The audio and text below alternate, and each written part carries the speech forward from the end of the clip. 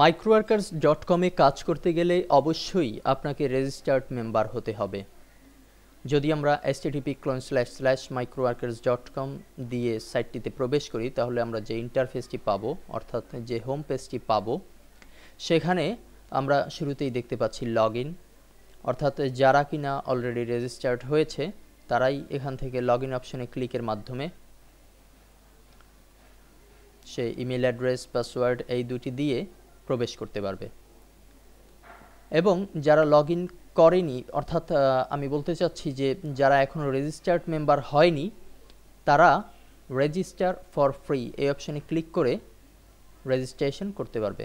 আমরা এই অপশনে ক্লিক করছি। এখন আমাদের সামনে যে পেজটি আসলো সেটি নর্মালি অন্য সকল ক্ষেত্রে রেজিস্ট্রেশন প্রক্রিয়ার মতোই খুবই সহজ একটি প্রক্রিয়া। Your name can't be change, অর্থাৎ যে নামটি আমরা দেব এখন এখানে যে ব্ল্যাঙ্ক ফিল্ডটি আছে ফুল নেমের সামনে সে নামটি আর কখনো পরিবর্তন করা যাবে না, এই সংকেত এখানে দেয়া হয়েছে।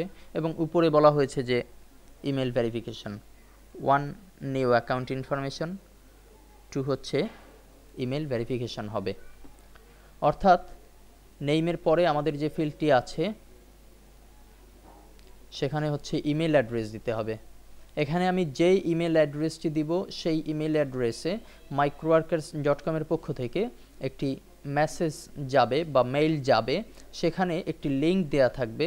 সেই লিঙ্কে ক্লিক করলে আমাদের ইমেলটি ভেরিফাইড হয়ে গেল, অর্থাৎ আমার ইমেল অ্যাড্রেসটি সঠিক আছে কি না সেই বিষয়টি পরিষ্কার হয়ে গেল। এরপরে হচ্ছে পাসওয়ার্ড, এখানে 3 থেকে 20 ক্যারেক্টারের একটি পাসওয়ার্ড দিয়ে দিতে হবে। কান্ট্রি অফ রেসিডেন্স, এখানে আমরা ক্লিক করে